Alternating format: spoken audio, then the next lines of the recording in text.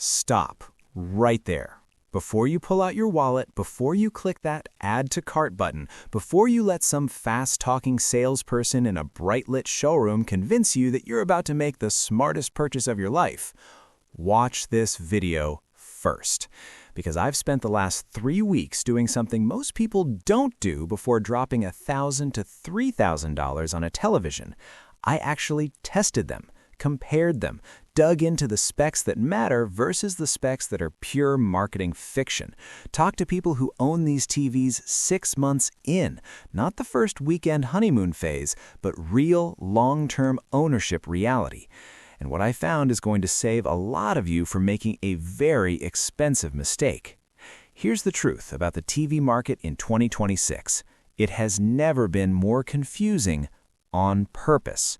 Brands are recycling panels from 2 years ago, slapping new model numbers on them, inventing buzzwords that sound technical but measure nothing, and charging prices that have genuinely lost all connection to actual performance. The gap between what a TV costs and what it actually delivers has never been wider. And the people getting hurt by this aren't uninformed. They're people just like you, people who did their research, watched reviews, read spec sheets, and still got misled because the misleading has gotten that sophisticated. So today, I'm cutting through all of it. No brand loyalty, no sponsorships influencing what I say, no gentle treatment for TVs that don't deserve it. I'm exposing 2 TVs you should absolutely not buy in 2026, no matter what the reviews say, no matter how good they look in the store. And then I'm counting up to the 5 smart TVs that are genuinely worth your money right now. If you hate getting robbed by tech companies, and I know you do, hit that like button right now. Subscribe for honest breakdowns every week, and drop a comment below telling me what TV you're currently using, because I already know some of you are running something on this list and you're about to have a very uncomfortable few minutes. Let's go. The TVs you should not buy. Avoid number 2, Vizio P-Series Quantum X 65-inch. The forgotten cautionary tale. Vizio spent years building a reputation as the scrappy underdog, the brand that delivered solid picture quality at prices that made the big boys nervous. That era is over, and the P-Series Quantum X is the most painful proof. This television costs $1,200. For $1,200 in 2026, you have access to TVs that would have been considered reference-grade displays just 3 years ago. The market has moved that dramatically. What Vizio is selling at this price point hasn't moved with it. The panel is a full-array local dimming LED, which sounds legitimate on paper.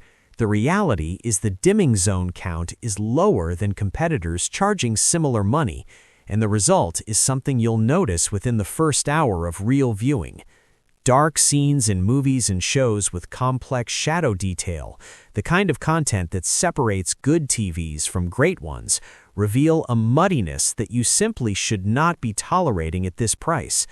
But here's the thing that pushes this from disappointing to actively avoid: the SmartCast platform. Vizio's operating system has been a persistent source of owner complaints for years. Slow load times, app crashes, inconsistent voice control, firmware updates that sometimes make existing features worse instead of better. I went through owner forums for the P-Series and found people who were on month 8 of ownership still dealing with software issues that were present on day 1. A television is not just a panel. You interact with the software every single time you turn it on. If the software is broken and the company isn't fixing it, that TV is broken. Full stop. My colleague spent $1,200 on this TV 14 months ago. He texted me last month completely unprompted. If I could go back, I'd spend $200 more and get something that actually works the way it's supposed to.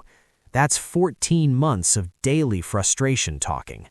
Verdict: outdated panel performance, unreliable software, wrong price. Walk away without looking back. Avoid number 1, LG QLED 90 65-inch. around $1,400. The one that survives entirely on brand trust. This one is going to make some people angry. Good. The truth should occasionally make people uncomfortable. LG makes some of the best televisions on Earth. Their OLED lineup is genuinely extraordinary. We're going to talk about one of them in a few minutes. The QLED 9.0 is not that. The QLED 9.0 is LG using every piece of brand equity they've built with OLED to sell you something that is not OLED, dressed up in language designed to make you think it's closer to OLED than it actually is. QLED, Quantum Nanocell, Mini LED. LG layers buzzword after buzzword on this thing. Let me translate what you're actually getting. An LED television with a nanocell color filter and a mini LED backlight. That combination, in theory, should deliver excellent performance. In practice, at the price LG is charging, it falls embarrassingly short. The local dimming is the central failure. Mini LED technology is only as good as its dimming zone density and the algorithm controlling it. The QLED 9.0's dimming system produces visible blooming, bright halos bleeding around objects in front of dark backgrounds, in content that more precisely engineered Mini LED competitors handle cleanly. TCL and Hisense are both controlling Mini LED backlights better at prices $300 to $500 lower. That's not a small gap. That's a fundamental execution failure. And then there's the price, $1,400. At $1,400, you are approaching LG's own C-Series OLED territory with a small stretch. You are well within TCL QM8 and Hisense U8N territory right now. Both of those televisions will produce a more impressive image in more viewing conditions for significantly less money. What the QLED 9.0 has going for it is WebOS. LG's smart platform is genuinely excellent, genuinely well-organized, genuinely fast. But you can get WebOS on an LG TV that doesn't ask you to overpay for a mediocre panel. This specific combination of hardware and price is the problem. The TV's actually worth your money. Best TV number 5. Hisense U8N Mini LED 65-inch, about $900. The TV that makes big brands sweat. Let me tell you what happened when I first pulled up the professional measurement data on the Hisense U8N. I refreshed the page twice because the brightness numbers didn't look real for a $900 television. Hisense used to be the brand you bought when budget left you no other choice. That version of Hisense is gone. The U8N is their flagship mini LED offering, and it has been measured, tested, and rated by professional calibration reviewers, people who test TVs with instruments, not opinions, as performing at a level you'd expect from a $1,300 to $1,500 television. The peak brightness is genuinely stunning. In HDR content, highlights explode with intensity that premium-branded competitors at double the price struggle to match. Sports in a bright room, afternoon sun, big windows, the conditions where cheaper TVs look washed out and defeated. The U8N handles it with aggression. Full-court basketball, soccer in daylight, racing with fast motion and vivid colors. This TV was built for exactly that content. The local dimming has been refined significantly over Hisense's previous generations. Dark scenes that would have exposed serious weaknesses in earlier Hisense flagships now hold up with genuine competence. It's not flawless. At extreme contrast situations, mini LED limitations surface, but at $900, nothing else does what this TV does. Is the operating system as polished as LG's WebOS? No. Is the processing as refined as Sony's? No. But when that panel lights up in a real viewing scenario, those questions become surprisingly hard to care about. This TV was $1,400 in November. It is $900 today. That $500 drop is real and trackable. That combination of product quality and price timing is exactly the kind of window that doesn't stay open forever. Verdict: the TV brands don't want you discovering. Flagship mini LED performance, steal of the year pricing. Buy it. Best TV number 4. TCL QM8 Mini LED 65-inch. Tilde, $1,100. When the underdog stops being the underdog. TCL has been building toward this moment for 5 years. Every generation, better panels, better dimming, better processing. The QM8 is where that progression delivers something that can no longer be dismissed as good for the price. It's just good, compared to everything. The brightness output is flagship tier. We're talking numbers that rival TVs for major brands charging $500 to $700 more. In HDR content, the kind of movie or sports moment where the picture is supposed to genuinely take your breath away, the QM8 delivers that impact with authority. The local dimming implementation is where TCL has made its most meaningful leap. Previous TCL flagships were criticized for aggressive dimming that crushed shadow detail or created pumping artifacts in dynamic scenes. The QM8's dimming algorithm is substantially more refined. Dark scenes breathe properly, bright highlights stay controlled. The balance feels much closer to what premium brands charge premium prices to achieve. Google TV runs the Smart platform here, and that matters. Google TV in 2026 is an excellent operating system, well-organized, personalized recommendations that actually work, and support for every major streaming service with zero compromises. It's a meaningful step up from the Smart platforms running on lower-tier TVs. Best TV number 3. LG C5 OLED 65-inch. The one they can't touch for all-around performance. Here's where the conversation fundamentally changes. Everything ranked below this point is a Mini LED television. Mini LED is excellent technology, and several TVs on this list prove it. But there is something OLED does that no amount of Mini LED engineering has fully replicated. And when you see it, you understand immediately why people pay the premium. Every pixel on an OLED panel generates its own light. When content requires black, the pixel turns completely off. Not dim, not very dark, off. The contrast ratio is technically infinite. A bright star against a black sky, a neon sign on a dark street, a spotlight hitting a performer on a dark stage. These moments on an OLED look like nothing else because nothing else can physically produce them the same way.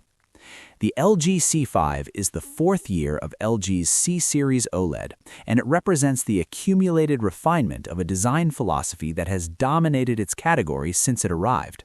Burn-in, the concern that scared people away from OLED for years, has been addressed through panel improvements and management features to the point where real-world reports from long-term owners have become genuinely rare for normal viewing patterns.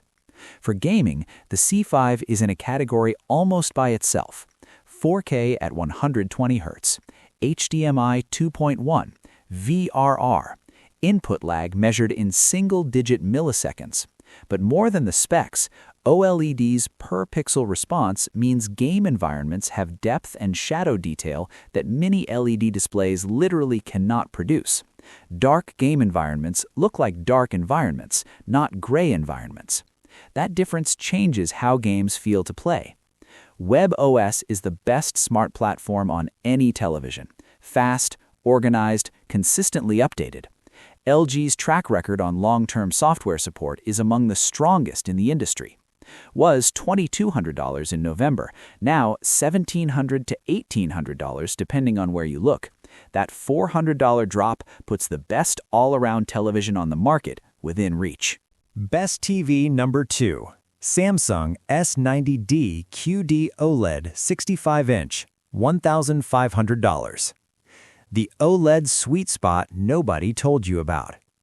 Samsung made a decision with the S90D that most manufacturers don't have the discipline to make. They prioritize delivering the right OLED experience at the right price over squeezing every last specification out of the panel, regardless of cost. The result is a QD OLED television, quantum dot layered over an OLED base, that delivers the fundamental OLED advantages that matter most to the widest range of buyers. at a price that keeps it accessible without feeling like a compromise purchase. The blacks are true OLED blacks. The color reproduction benefits from the quantum dot layer pushing color volume beyond what traditional OLED achieves. Motion handling is exceptional. QD OLED's response times mean fast motion content in sports and action films looks clean and detailed without the blur that plagues LCD-based technologies at equivalent prices. What's remarkable about the S90D is how close it sits to Samsung's flagship S95F in real viewing conditions. I sat with both TVs running the same content side by side, sports, an action film sequence, a dark atmospheric drama, and the differences required deliberate effort to identify. In everyday viewing, most people would not notice a consistent, meaningful gap. Best TV number 1. Sony A95L QD OLED 65-inch, around $2,800. The standard everything else gets measured against. There's always a moment in these rankings where the conversation stops being about value and starts being about what's actually possible, what a television can actually deliver when a manufacturer commits completely to getting every single thing right. The Sony A95L is that moment. Sony doesn't make the most TVs. Sony doesn't dominate retail shelf space. What Sony does is build a processor, the XR cognitive processor, that does something competitors have been trying to replicate for years without fully succeeding. It analyzes content the way human perception actually works, not just the way algorithms interpret data. The result is motion that looks natural rather than processed, colors that look like what you see in real life rather than what a camera captured, 4K upscaling of lower resolution content that is genuinely, shockingly convincing. Pair that processor with a QD OLED panel, the same infinite contrast, per-pixel OLED technology that puts it in the same conversation as the LG and Samsung above it, and you get something that operates at a reference level. Meaning professionals who calibrate screens for film production and broadcast use Sony displays because they trust that what they see is what the content actually looks like. In dark scenes, the A95L produces shadow detail that feels three-dimensional, depth within darkness that cheaper displays flatten into undifferentiated gray. In bright HDR moments, the quantum dot layer delivers color intensity that pushes beyond what traditional OLED achieves, without sacrificing the accuracy that makes colors look real rather than oversaturated. Gaming on the A95L is almost unfairly good. Input lag is imperceptible. Motion clarity in fast games is the kind of smooth that makes you realize every other TV you've played on was slightly compromised. You adjust to this panel within minutes and then can't go back. The real lesson from 2026. Here's what this whole breakdown actually comes down to. The people who get hurt aren't careless. They're buyers who trusted brand names that no longer consistently deserve that trust. The people who win are the ones who looked at real performance data, understood what they actually needed, and bought the TV that genuinely earned its price, not the one with the most compelling marketing. All the links to check current pricing on every TV I mentioned today are in the description below. I keep those updated as prices move so you're never looking at stale numbers. If this video kept money in your pocket, hit that like button. Subscribe if you want honest breakdowns every week. No sponsorships telling me what to say, no brand pressure shaping my recommendations. And comment below, which TV are you leaning toward after watching this? What's your primary use case? Movies, gaming, sports? I read every single comment and I'll get back to as many of you as I can. See you in the next one. And trust me, next time we're going somewhere you didn't expect. Don't miss it.